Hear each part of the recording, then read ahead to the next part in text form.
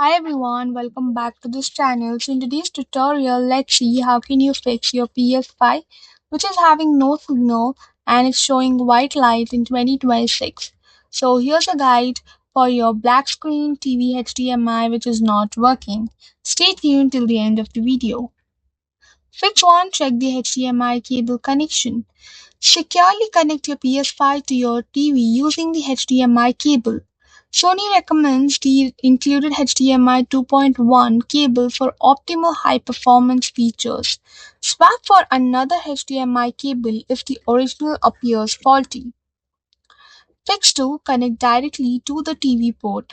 Connect the PS5 directly to the TV's HDMI port bypassing external devices.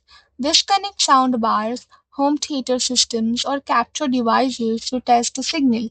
This isolates whether an AVR or soundbar is blocking the video transmission. Fix 3. Power cycle both the TV and PS5. Turn off both devices, unplug power, and wait for 20 minutes. Waiting allows residual power to drain, forcing a clean HDMI handshake reset.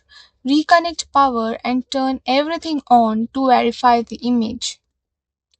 Fix 4. Update your screen's firmware. Ensure your TV has the latest firmware for high resolution signals. Outdated firmware may fail to recognize the PS5's video output format. Check your manufacturer's manual for specific high res signal settings. Fix 5. Contact PlayStation repairs. If the white light persists with no signal, visit your PlayStation repairs. Persistent issues after checking connections indicate a hardware level problem.